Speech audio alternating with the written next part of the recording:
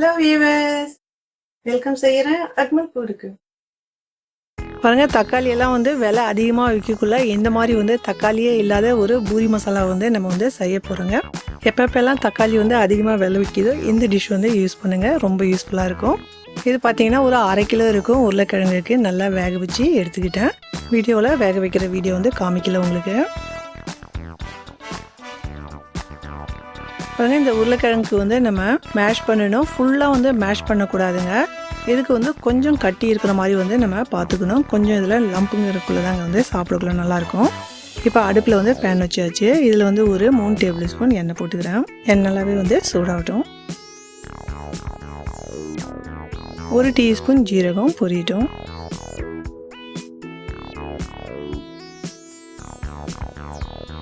ஒரு 1/2 டீஸ்பூன் இருக்குங்க. நான் வந்து இதில் மிளகாத்தூள் போட்டுக்கிட்டேன். நீங்கள் வந்து காத்துக்கிற மாதிரி வந்து போட்டுங்க. ஒரு 1/2 டீஸ்பூன் மஞ்சத்தூள்.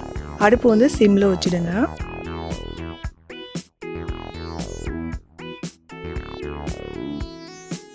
வெங்காயம் பார்த்தீங்கன்னா ஒரு 2 வெங்காயம் இருக்கும். நல்லா பொடிசாக வந்து கட் பண்ணிக்கிட்டேன். கொஞ்ச நேரம் வதக்கலாம். நம்ம இந்த எண்ணெயிலே வந்து அந்த மசாலா போட்டோம் இல்லைங்களா, இது வந்து உங்களுக்கு நல்ல கலரும் கொடுக்கும், டேஸ்ட்டும் நல்லா இருக்கும். கொஞ்சமாக வந்து உப்பு போட்டு வதக்கலாம். கொஞ்சம் நல்லாவே வந்து வதங்கிடுச்சு. 1 டீஸ்பூன் மல்லித்தூள், 3/4 டீஸ்பூன் கரம் மசாலா தூள், இதுவும் கொஞ்சம் நேரத்துக்கு கலந்துக்கலாம்.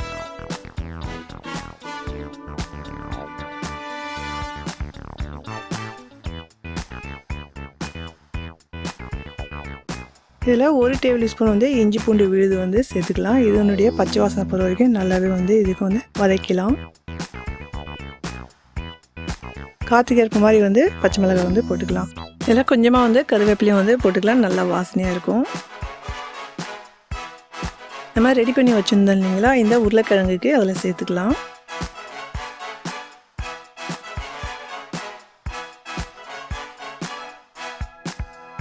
ஒரு டேபிள் ஸ்பூன் இதில் வந்து லெமன் ஜூஸ் வந்து சேர்த்துக்கலாங்க. நம்ம தக்காளி எதுவுமே போடல, லெமன் ஜூஸ் வந்து போட்டால் தான் உங்களுக்கு வந்து நல்ல புளிப்பு இருக்கும்.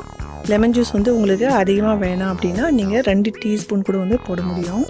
இதில் கொஞ்சமாக வந்து தண்ணி போட்டு இதுக்கு கொஞ்சம் நேரம் நம்ம வந்து இதுக்கு வேக விட போகிறோம்.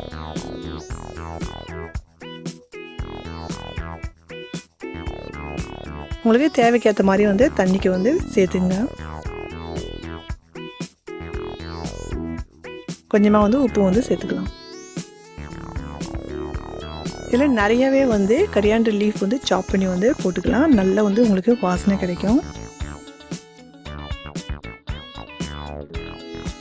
பாருங்க, மூடி வச்சு நம்ம கொஞ்சம் நேரத்துக்கு இதுக்கு வேக விட்டுருந்தோம். எல்லாமே வந்து நல்லா வந்து உங்களுக்கு வந்து அந்த பச்சை வாசனை எல்லாம் போயிட்டு நல்லா பைண்டிங் ஆகிடுச்சு பாருங்கள். இதெல்லாம் கடைசியாக வந்து நம்ம கரம் மசாலா தூள் வந்து போட்டுக்கலாங்க, ஒரு 1/2 டீஸ்பூன். உங்களுக்கு வேணாம் அப்படின்னா நீங்கள் ஸ்கிப் பண்ண முடியும். நல்லாவே வாசனையாக இருக்கும் போட்டால். மறுபடியும் இதில் கொஞ்சமாக வந்து சாப்டு கரியாண்டர் லீஃப் வந்து சேர்த்துக்கலாம்.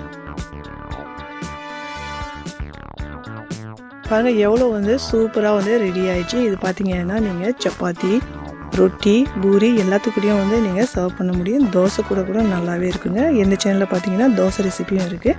தேவைன்னா கீழே வந்து லிங்க் கொடுக்குறேன், பார்த்துங்க. இந்த ரெசிபி பிடிச்சிருந்துச்சுன்னா மறக்காத ஃபேமிலி அண்ட் ஃப்ரெண்ட்ஸோட அதிகமாக ஷேர் பண்ணுங்கள். பக்கத்தில் இருக்கிற பெல் பட்டனுக்கும் ப்ரெஸ் பண்ணிக்கோங்க. நான் போகிற ரெசிபி உடனுக்குடன் மொபைல் வந்து சேரும். Enjoy your food.